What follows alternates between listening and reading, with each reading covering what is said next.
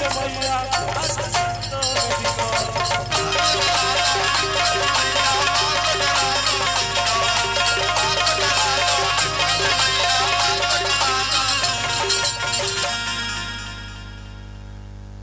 अरे की माई सृष्टि पे चले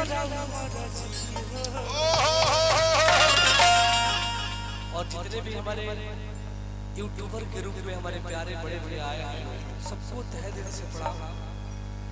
आप लोग ऐसे मोहब्बत देते रहिए।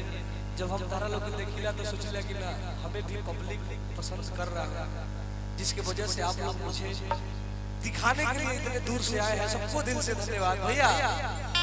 अरे की माई सृष्टि पे चले हो अरे तैयार मिल भर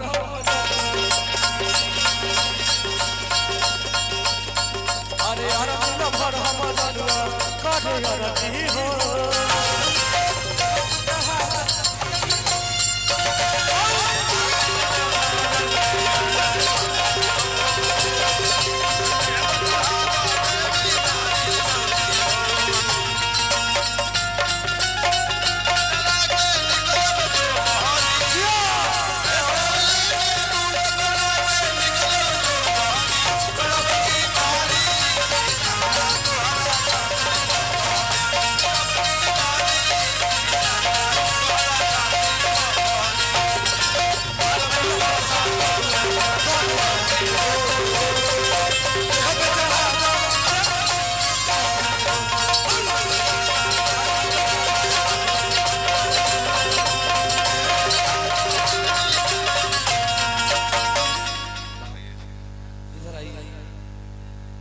कहता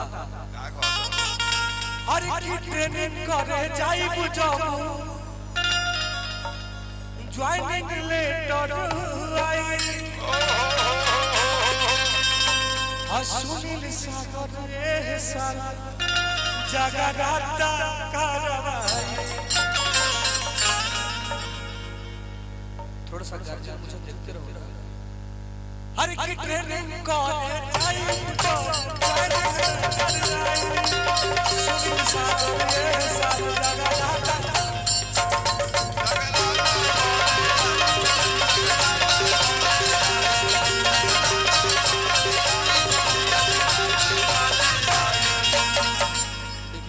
अरे की पवरों की खाली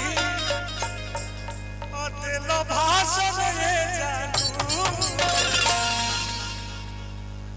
अरे तो चलेला जिला में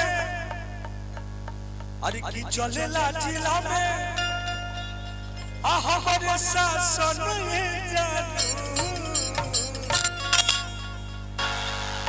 भाई भाई भाई दिल से धन्यवाद।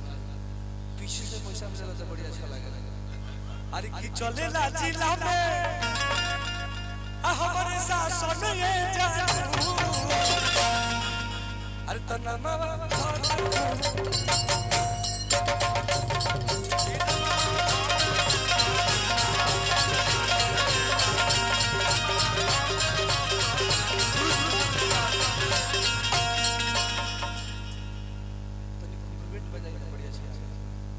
अरे तन्ना